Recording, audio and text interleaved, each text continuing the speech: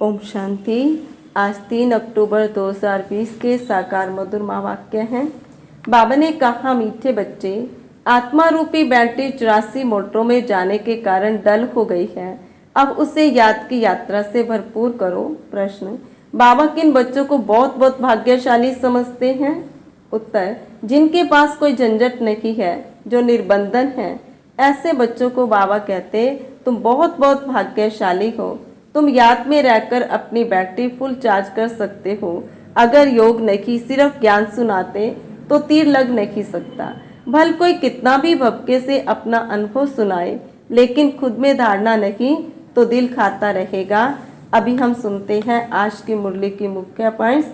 परम शिक्षक बाबा ने कहा, बाप का नाम ही है सर्वशक्तिमान। उनसे शक्ति मिलती है, आत्मा उसको याद करती है, बैटरी चार्ज हो जाती है। जैसे मोटर में बैटरी होती है, उसके जोर से ही मोटर चलती है। बैटरी में करंट भरी हुई होती है, फिर चलते चलते वह खाली हो जाती है। फिर बैटरी मेन पावर से चार्ज कर मोटर में डालते हैं, वह होती हैं हद की बातें, यह है बेहद की बात। आगे बाबा ने कहा, बाप तो बच्चों की बहुत महिमा करते हैं। बाप कहते, बच्चे तुम बहुत बहुत भाग्यशाली हो, तुमको तो इतने झंझट नहीं। जिसको बच्चे जास्ती होते हैं उनको बंधन भी होता है। बाबा को कितने ढेर बच्चे हैं, सबकी संभाल देख रेख करनी पड़ती है।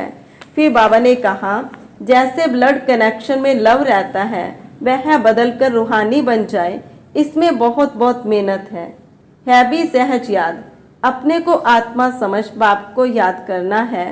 बाबा ने समझाया है, ये आंखें बहुत धोखा देने वाली हैं, उनको बदलना है। हम आत्मा हैं, अभी तो हम शिव बाबा के बच्चे हैं। आगे बाबा ने कहा, सच्चे बाप के आगे सच न बताया, झूठ बोला तो बहुत दंड पड़ जाएगा। कोर्ट में कसम उठाते हैं ना, सच्चे ईश्वर बाप के आगे सच कहेंगे। सच्चे बाप का बच्चा भी सच्चा होगा। बाप ट्रुथ है ना, वह सत्य ही बतलाते हैं। फिर बाबा ने कहा, बाबा ने समझाया है, क्रिमिनल आई बहुत धोखा देने वाली है। अपनी अवस्था का वर्णन करना चाहिए, अनुभव सुनाना चाहिए। हम घर में कैसे रहते हैं, अवस्था पर क्या असर पड़ता है, डायरी रखो, कितना समय इस अवस्था में रहता हूँ। फिर बाबा ने कहा, बाप कहते हैं, मैं तुमको शिवालय का मालिक बनाने आया हूँ। यह अंतिम जन्म है। वैश्याओं को समझाना चाहिए, तुम्हारे नाम के कारण भारत की इतनी आबरू अर्थात इज्जत गई है। अब बाप आए हैं शिवालय में ले चलने। अभी तुम विश्व की मालिक बन जाओ, भारत का नाम बाला करो। तुम यह एक जन्म चीची काम छोड़ दो, रहम तो करना है ना। आगे बाबा ने कहा, तो अब ऐसे चीची जिन्होंने भारत का नाम बदनाम किया है, उन्हों की सेवा करो। बड़ी नम्रता से जाकर कहना है, हम आपको परमपिता परमात्मा का पैगाम देते हैं। फिर लास्ट में बाबा ने कहा, ऐसा काम करो जिसमें वाह वाह हो। तो यहाँ तुम बच्चों का आपस में मतभेद नहीं रहना चाहिए। अगर कोई बात बाप से छिपाते हो, सच नहीं बताते हो, तो भी अपना ही नुकसान करते हो और ही 100 गुना पाप चढ़ जाता है।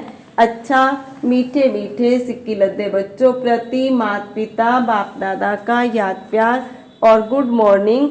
रूहानी बाप की रूहानी बच्चों को नमस्ते, रूहानी बच्चों की रूहानी बाप दादा को नमस्ते। गुड मॉर्निंग, नमस्ते बाबा, नमस्ते, शुक्रिया बाबा, शुक्रिया।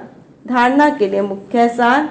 पहली पॉइंट, हम मीठे बाप के बच्चे हैं। आपस में मीठे बहन भाई होकर रहना है। कभी भी विकार की दृष्टि नहीं रखनी है।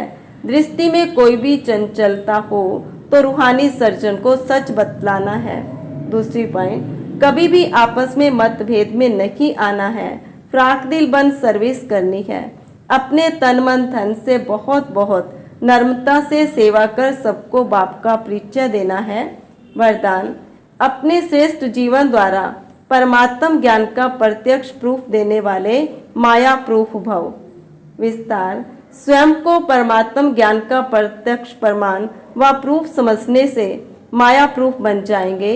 प्रत्यक्ष प्रूफ है आपकी श्रेष्ठ पवित्र जीवन, सबसे बड़ी असंभव से संभव होने वाली बात प्रवृत्ति में रहते परवृत्ति में रहना, देहे और देहे की दुनिया के संबंधों से पर अर्थात न्यारा रहना, पुराने शरीर की आंखों से पुरानी दुनिया की वस्तुओं को देखते हुए न देखना अर्थात संपूर्ण पवित्र जीवन में चलना, यही परमात्मा को प्रत्यक्ष करने व माया प्रूफ बनने का सहज साधन है। स्लोगन, अटेंशन रूपी पहरेदार ठीक है तो अतीन्द्रिय सुख का खजाना खो नहीं सकता। अच्छा, ओम शांति।